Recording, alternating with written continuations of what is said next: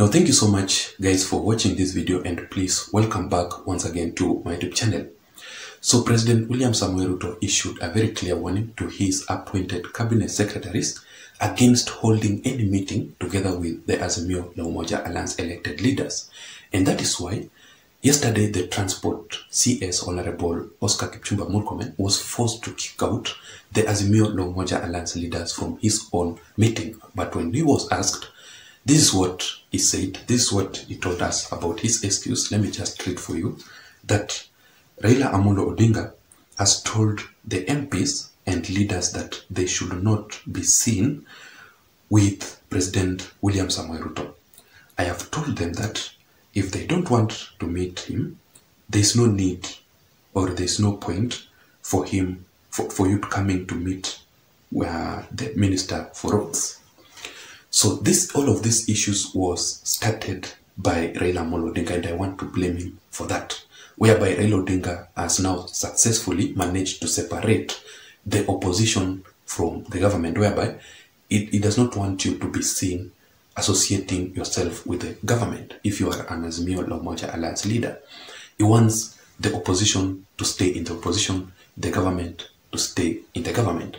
So I want to connect this information by Oscar Kipchumba Murkomen with what the Deputy President of the Republic of Kenya recently, Rigathi Gachagua, said.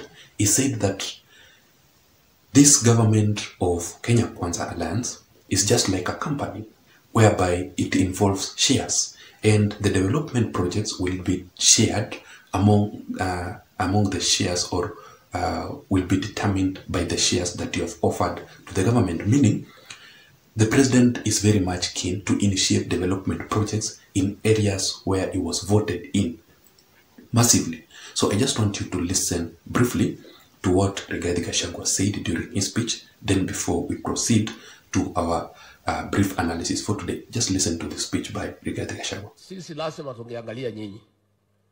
Hii serikali ni kampuni na ni ya shares. Si ndio? Ni ya shares. Kuna wenye kampuni, wale wako na shares mingi, kuna wale wako na chache, kuna wale hawana. Sasa nyinyi mliinvest kwa hii kampuni ya William Ruto na Rigathi Gachagua. Sasa lazima mvune. Yule ambaye alipanda atafanya nini? Si mlipanda? Si mliamuka mapema? Mukasema mutaki kusikia mambo ya ile system na nini? Mukainvest, mukapanda, mukapalilia, mukaweka mbolea, mukamwagilia maji, wakati ya kuvuna ndio huu. Na itakuwa namna hiyo. Najua wengine wananikashifu ati mimi nasema ati wale walipanda wavune kwanza. Iko makosa? Iko makosa? Hata hao watavuna, lakini wangoje. Si wale walipanda ni wavune kwanza. Wakishavuna wavune, ile itabaki kidogo, wale wakupanda waingie, watafute huko nini, ile itapatikana wachukue, wakwende. Si iko namna hiyo? Na itakuwa namna hiyo. Ndio watu wakipiga kura waelewe hii kura ni kusema nini. Hii kura iko na maana. Nyinyi hamwezi piga kelele huko, mpige kelele. Mnasema William Ruto ni bure, hawezi, mnaita yeye majina, alafu akipata, akigawa, mnapiga laini ati mko pale mbele. Ati mnataka mpite wale walisema anafaa ati mkue pale mbele. Inawezekana? Mimi kazi yangu pale kwa ikulu ni hiyo. Ni kupanga hiyo laini. Hapo ni kazi mimi napanga hapo. Mimi naangalia kwa laini, nikiona wewe ulipanda, natoa wewe nyuma, napeleka wewe mbele. Nikiona wewe hukupanda na kutoa na kurudisha nyuma, ufanye nini?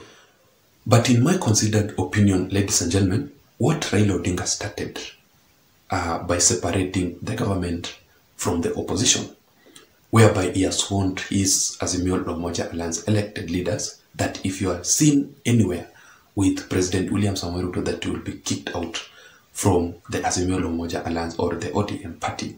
In my considered opinion, ladies and gentlemen, the only person who will lose terribly in these situations is Raila Amolo Odinga. The reason as to why I'm saying this is because, number one, let's talk about the development projects in Raila Amolo Odinga's strongholds.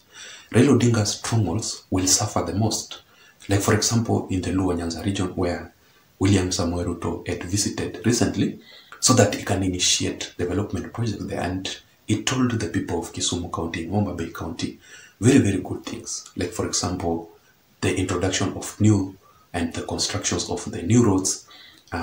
He talked about the Lake Victoria and the fishing activities, how he's going to improve on that. He's going to modify the market and certain things. He talked about the housing project there and various parts here. But remember that William Ruto cannot initiate all of these projects or development projects without the support of the Azimio La Umoja Alliance elected leaders. For William Ruto to go and do or perform successfully or initiate development projects successfully in the Luo Nyanza region, then it requires that MP, it requires that governor, it requires to provide the land for housing project, it requires the senator, it requires that MCA to show them the roads, to show them the way, because William Ruto is the president and he cannot perform all of this without that support from the elected leader. So basically the people who will suffer the most are Raila Odinga's strongholds. When Raila Odinga frustrates William Ruto's government, then his own people will suffer. Secondly, let's talk about the defections. Majority of the people who are currently defecting from the Azimio La Umoja Alliance are basically defected or are mainly defecting simply because of the pressure that they are being given by Raila Odinga. Raila Odinga is pressing them so much not to work with President William Samoei Ruto. On the other side, the people who elected these leaders are pressing them to deliver on development projects, which they cannot achieve, especially the county governors, or the county government cannot achieve its development projects without the support of the national government. So they require that support from William Samoei Ruto. So majority of them will just decide, instead for me being pressed so much by my Azimio La Umoja Alliance leader Raila Odinga, let me just defect and work with President William Ruto so that I can initiate development projects to the people who elected me. And by the way, majority of the people here in Kenya are very much literate. They have brains, they vote with their brains, and they know, they see all of these things that are happening. Each and every Kenyan are not fools. They know that they will vote for you simply because of not of your political party that you went to, but they will vote for you considering the fact that you developed or you initiated the development projects in your area. Let me give you an example of the MP from the larger Kisii County called Silvanus Osoro. Silvanus Osoro was the only UDA party candidate who was voted in Kisii County or in the larger Luo Nyanza region. Remember that Kisii County, is it Kisii or Nyamira, is the main stronghold of Raila Odinga, is the main stronghold of the ODM party. Why is it that Silvanus Osoro was voted in as the only UDA MP there? Simply because of the development projects, and he is associating very well with his own people. Let me give you an example of the Nyali MP, Jichopevu, Mohamed Jichopevu. He was voted in as the only UDA candidate there. Remember that in the larger coastal region is mainly the stronghold of Raila Odinga or the ODM party. So you can clearly tell that the people who are voting, they're not voting focusing mainly on the political party alone. They focus on different issues, and in as much as they love you, then you don't have anything to worry about. So Raila Odinga is the only loser in terms of defections. Majority of the leaders in Azimio La Umoja Alliance will defect simply because of the pressure that they are being given by Raila Odinga. Let's talk about Raila Odinga's losing his own supporters. The strong base that supposed Raila Odinga will now starting to defect. Instead of you being in the opposition and suffer, why don't you just go and support the government? Raila Odinga has doing all this. It's not the first time. He has done this before and he will continue doing it even in 2037 if he will stand for the presidency, if he will contest, and if he will be defeated, then this is the same tactics that he will apply. So Raila Odinga will start now losing his supporters from his Azimio Law Moja Alliance support base or strongholds. And that is why it's only majority of people have concluded that President William Samoei Ruto will still win in 2027 without any challenges, simply because Raila Odinga will have lost the Azimio Law Moja Alliance supporters simply because of these things that he's doing here.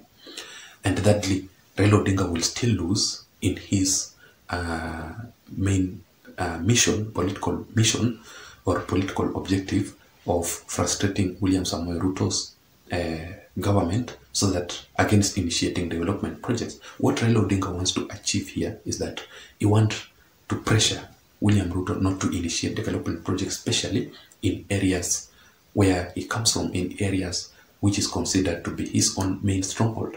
But if I were the President of the Republic of Kenya, this is what I would have done. In areas whereby I cannot access simply because of Raila Odinga's leaders are boycotting my development projects, what I will do is that I will appoint leaders from that region who lost the previous election to support me. Like for example, in the Luo Nyanza region, William Ruto, if the elected leaders from Azimio Law Moja will now start frustrate William Samoei Ruto's development projects in the Luo Nyanza region, then if I were William Ruto, what I would have done, go for somebody like Evans Kidero, go for somebody like Jack Ranguma, go for somebody like George who, this guy who was the Secretary General for ODM party in the Luo Nyanza region. Go for him, who was kicked out. Go for the ODM party rebels and work with them closely. So Raila Odinga will still fail in this mission. I don't know what you think. Let me know your thoughts on the comment section below. Otherwise, I don't have much to add on. Thank you so much for watching my videos, and welcome back once again and again. Please don't forget to subscribe to my YouTube channel. Until next time, my name is Json. Thank you so much.